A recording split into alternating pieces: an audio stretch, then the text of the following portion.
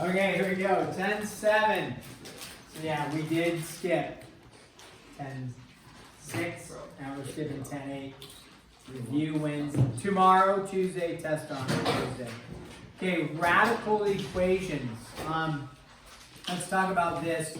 We've worked with equations before. Yes, we have. Hopefully, you guys all remember working with some basic equations. If I said solve, we'll call this number 1. These aren't going to be examples that you have, but I just want to distinguish radical versus non-radical, and we're going to review 3 times x plus 7 is equal to, we pick like a nice, gentle problem like this. So this is an equation, right? And we solve, our goal is to isolate the x. There's a couple different routes we can go. One is we could distribute.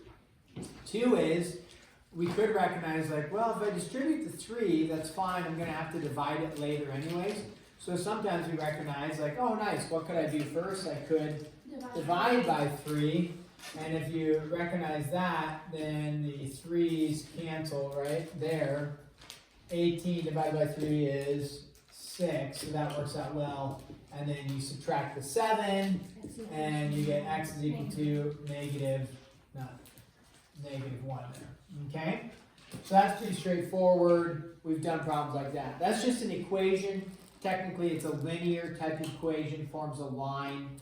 Okay? We've had other equations that we didn't solve, but we will. You don't need to write this. We had other equations like this, or expressions, I should say. That expression is not linear. Anybody remember the name for that? Starts with a Q. Quadratic. If you don't know that, you should write that down and then write down quadratic, just because that comes up a lot. So quadratic means something's getting squared. This equation, nothing's getting squared, right? It's just an x value in there. We've graphed equations before where you don't have to write this, but 3x plus 2, right? We've graphed those. That's in slope-intercept form. That's a linear equation, right? Those are all linear. So we have equations, linear, quadratic. Now we're going to introduce a radical equation. A radical equation means the variable is underneath the radical. Okay? The variable is underneath the radical. So it's no longer like x squared equals 25 and you take the square root of both sides. This, you already have a radical. You have a square root of something. What's the opposite of the square root? Square it. Square it. So instead of taking the square root of both sides, we're just going to square both sides. So here we have like, I'll rewrite the problem just so we can see it. We square both sides. What's the square root of x squared? Yeah, you can think of it like cancels like that. And then what's 5 squared? 25. You can check it by just taking 25, plugging in there. What's the square root of 25? 5. And so you can check it that way. So there you go. This is called what kind of equation? Radical. Radical equation. What kind of equation? Radical. Because it has a radical in it. You want me to yell that again? That wasn't quite a yell. That was a forceful. Radical. Obnoxious. Obnoxious. Sorry. Okay, let's go ahead and do this one. Let's say you have square root of y minus 5 equals 2. So the square root of y minus 5 equals 2. Again, it is a radical equation when the variable is underneath the radical. Is the variable underneath the radical? Yes. So how do I solve for y in this case? Well, I cannot add the 5 over because it is underneath the radical. Okay, so don't get rid of the 5 first. You have to get rid of the radical, then you can add the 5 over. So the step to get rid of a square root is to what both sides? Square both sides, right? We did that in number 2. To get rid of the square root, we square both sides. So if we square both sides, what do we end up with? I'll put that in green because it's not the original problem. So we square both sides. The square root and the square cancel. And we're left with what? Y minus 5 is equal to? 4. Now we add the 5 over. Now we just solve a basic equation, and what do you end up with? 9. You can double check your answer, always worth doing. Plug the 9 back in. Take the 9. 9 minus 5 is 4. The square root of 4 is 2. Does 2 equal 2 in the original problem? It does, yeah. So those ones are pretty straightforward. Let's try this one. Number 4. This is 3 minus the square root of x minus 3 equals 10. Okay.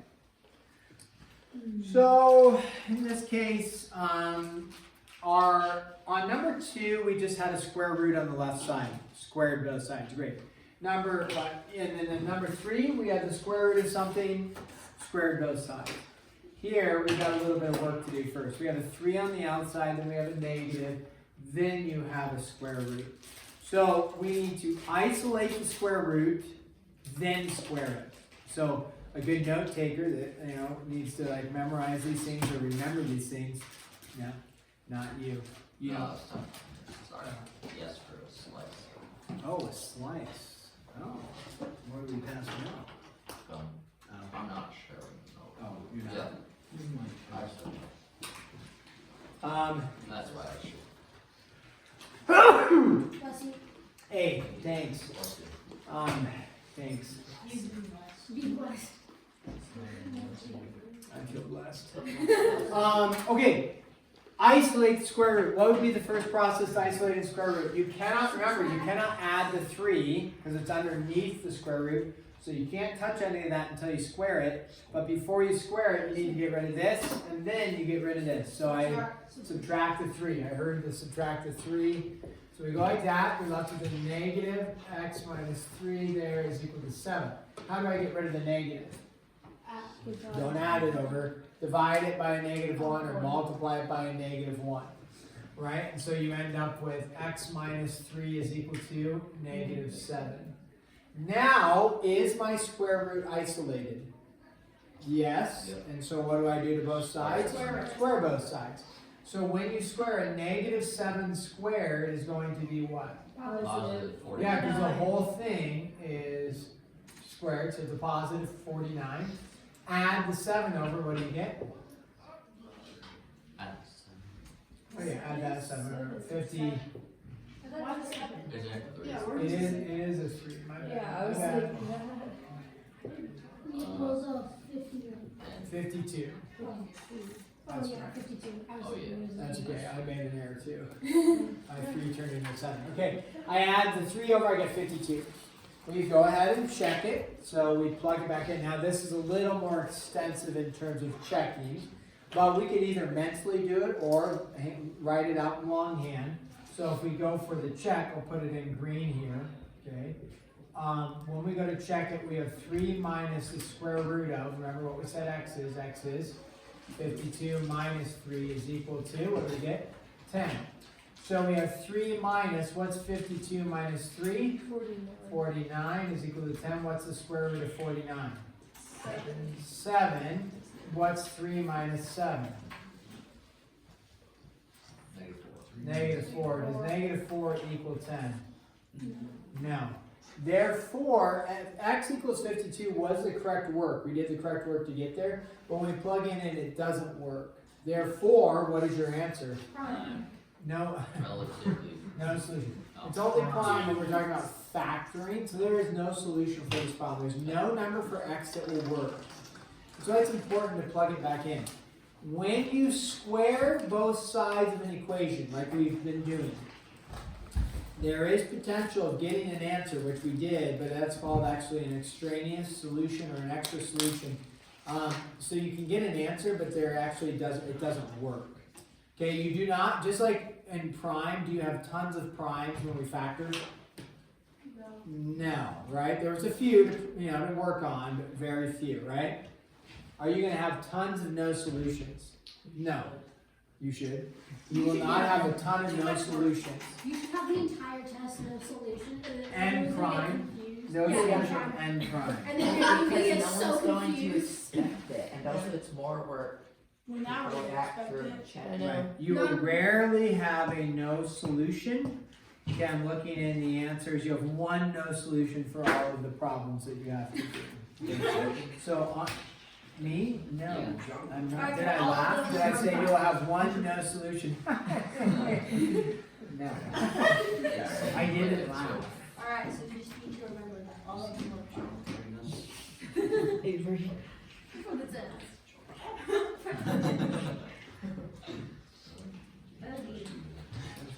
Okay. Is it too late to play? I want you guys to try this one, then check with your support team around you. Try this one. Maybe I can get him.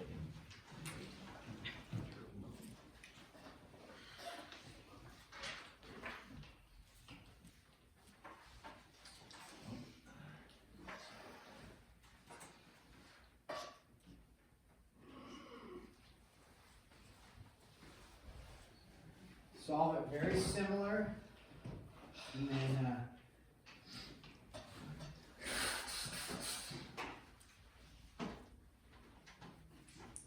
check with your support team. Your support buddies. Would you divide with the 4? Would you? Yeah, because you did it with the 4 and you divided the negative. Ah, But okay. then would you do the same with the 4? Good, you're on the right track, yeah. What? But before you divide the 4, what do you have to do? Add the 3. Or subtract the 4. Yeah, right. Nice. I don't know the answer. Support team. Wait, Support I don't team. I don't know one. No, you have Nessie. I don't Guys, know. just remember. Avery looks so destroyed. Okay. Well, she isn't done it. Just remember, guys, it's pride. Hey, go, Tim. We didn't even work on this kind of one. But I didn't like No, we did. It's the exact same style. Yeah, but I have to like divide. Oh, yeah, we divided the negative. No, I know. I forgot. Okay, well, whatever. Oh, I got X equals 13. I got. So everybody, you subtract the 3, right? Yes. Throw this one together, and you got x is equal, or the 4 root x plus 3 is equal to 8. Then you divide it by 4, because it's 4 times this. You can't distribute the 4 in. You can't subtract the 3. You divide everything by 4. You know, so that 4 cancels. Then you're left with x plus 3 is equal to 2. Now I have my radical isolated. What can I do to both sides? Square both sides. So I get x plus 3 is equal to 4. You subtract the 3, you get x is equal to 1. You plug 1 back in and see what you get. 1 plus 3 is 4. Square root of 4 is 2. 2 times 4 is 8. 8 plus 3 is 11. I'm on my last page. Ah, I'll get you another notebook. Or color you This want. is not okay. You probably have yellow. Okay. Okay. So let's try another one. You want to try another one that's kind of similar to this? Yes. Yes. Don't. One, yeah. 8 plus 2 root x is equal to 18. 8 plus 2 root x is equal to 18. Okay, go ahead. Solve this one. It's not any more complicated than what we just did. This seems easy. Confused. It is easier. Yeah. Check with your entire support team around you. Support team. Don't give We up know so you easily. said it. Okay, don't say the answer out loud. Yeah. The answer is 5. The answer is prime. No, don't check the answer. The answer is prime. No, that's only factoring. The answer is 5. The answer is no solution. Got it. No. I got it. The answer is Mr. Addy! X equals 5. X equals 64. Yes, Avery. Good job. The answer is 0. 64 plugging 64. Square root 64. 8 times 2 is 60. 6 plus 8 is 24. Okay, Avery, come on up. Because I never get anything right.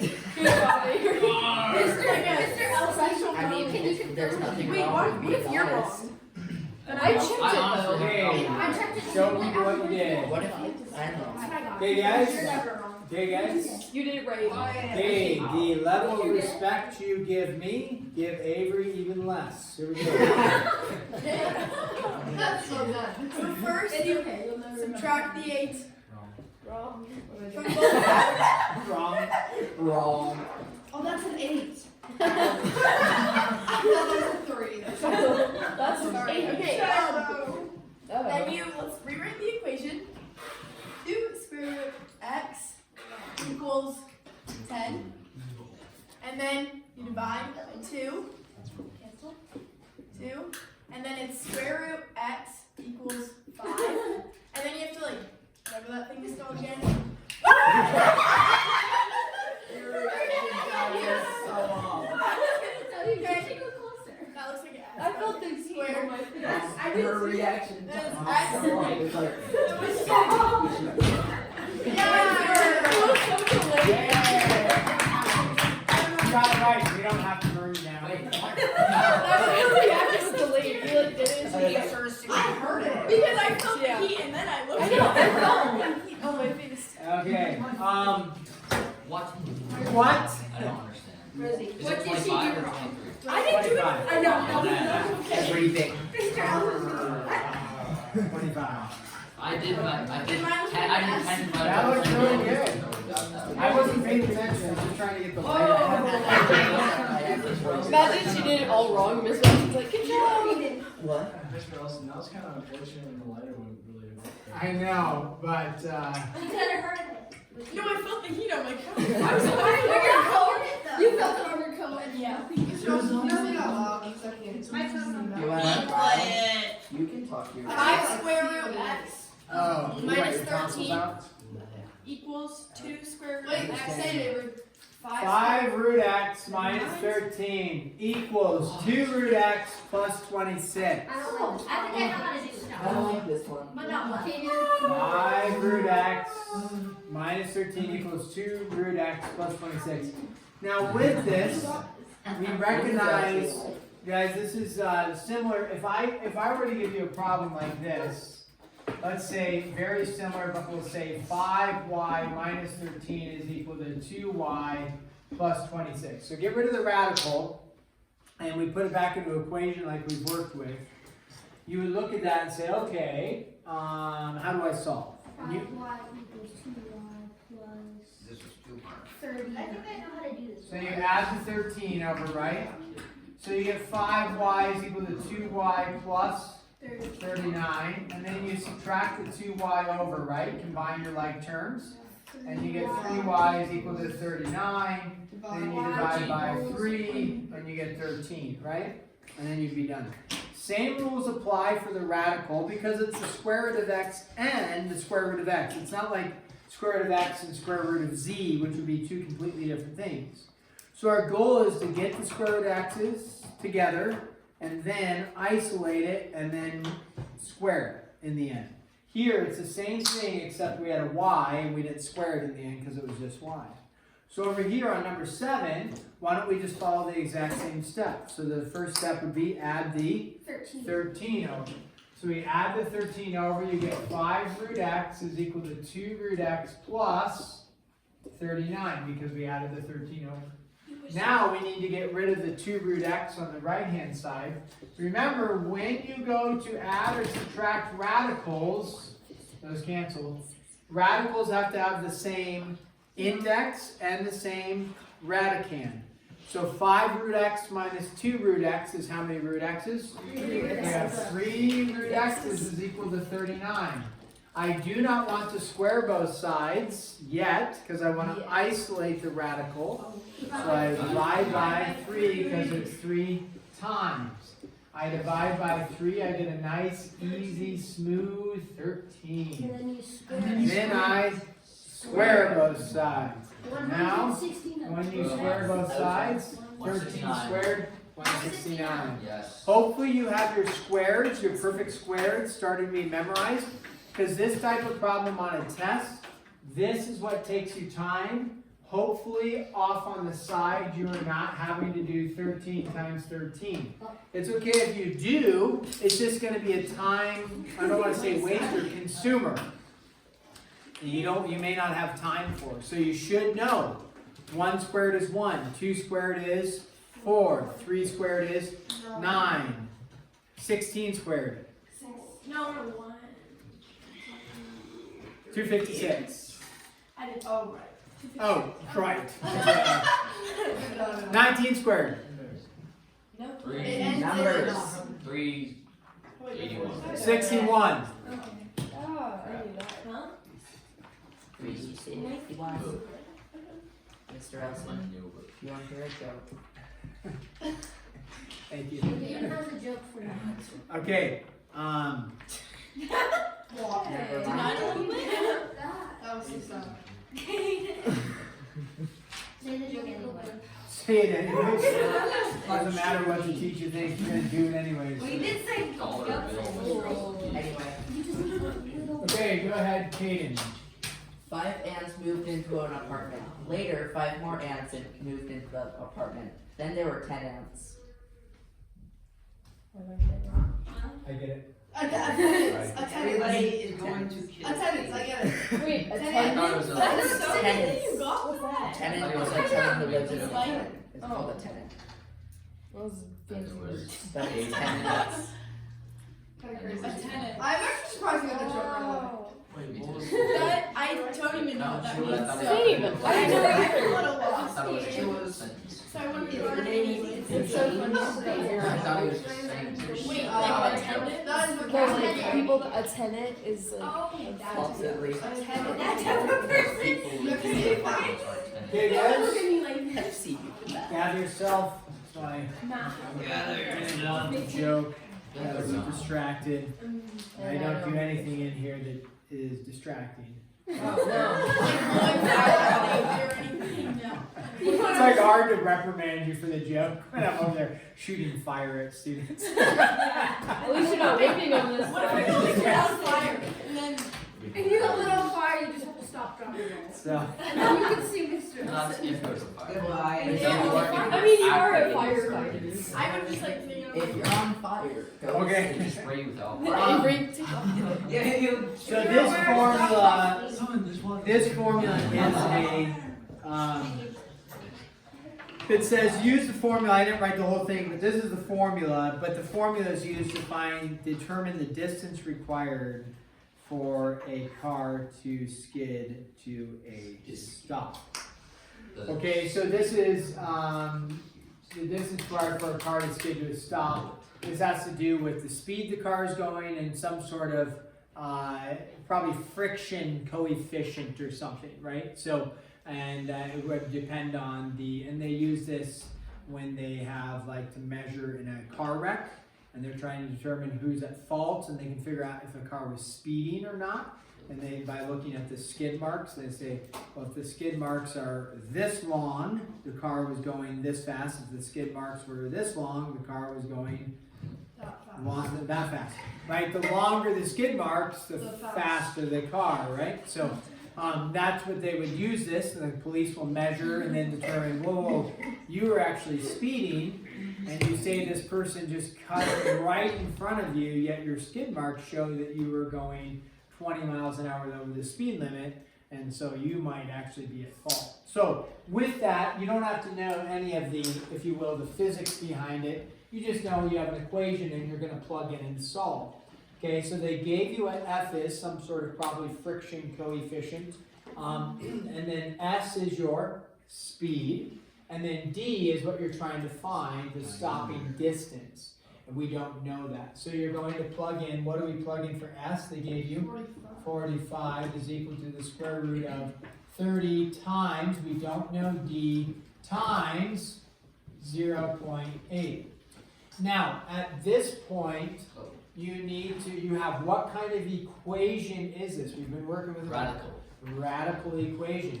In a radical equation, you're going to need to square, or if this was a cube root, you'd have to cube both sides, but we're not cubing both sides. So we're going to square both sides, right? So now, with that, squaring 45 squared, this type of problem would require a calculator. So I would be like, this type of one probably won't be on the test, at least with these numbers. I might give you one with smaller numbers, but probably not these numbers. Okay? Now, again though, doing 45 times 45 off on the side is not some extreme level of mathematics. So, but it takes a little bit more work. I would probably adjust the numbers and then make them a little smaller to work with. So what do we get? 45 squared, it's going to be 25. That's the year, right? 20. No way. Whoa. 25. Yahweh. Yay! Okay, and then what's 30 times 0.8? Again, not extreme levels of math. 24. Okay, so you have 24d, the square disappeared. And now how do I solve for d? Just divide. Okay. How do you get 24? You just go 30 times 0.8. And then you get out 24. And some people might have used a calculator. Or you could say 0.8 is 8 tenths. 10 goes into 33 times. 3 times 8 is 24. So that's actually pretty easy math.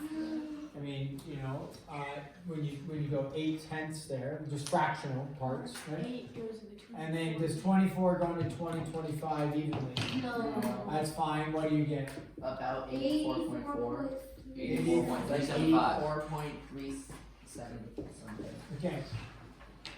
So Hey, the I distance needed to stop is 84.375 feet. Per hour. No, it's the distance. So if you are going that fast, 45 miles an hour, you need 84.375 feet. Now, variables would be, is the road slick? What kind of pavement is it? Is it asphalt? Is it concrete? What kind of tires do you have? But that's the general, it's just a general equation, okay? Makes sense on that one a little bit. You just have to figure out how to plug in. That's like a good test question because it entails a little bit more work here, just plugging in, but then it's the same solving concept. Again, numbers are a little bit bigger than what I'd like for a test without a calculator, because I don't, but also very doable. This would take a little bit more work on them.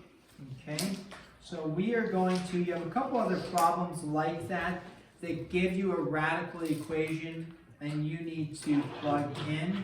Do you want me to give you one more of those?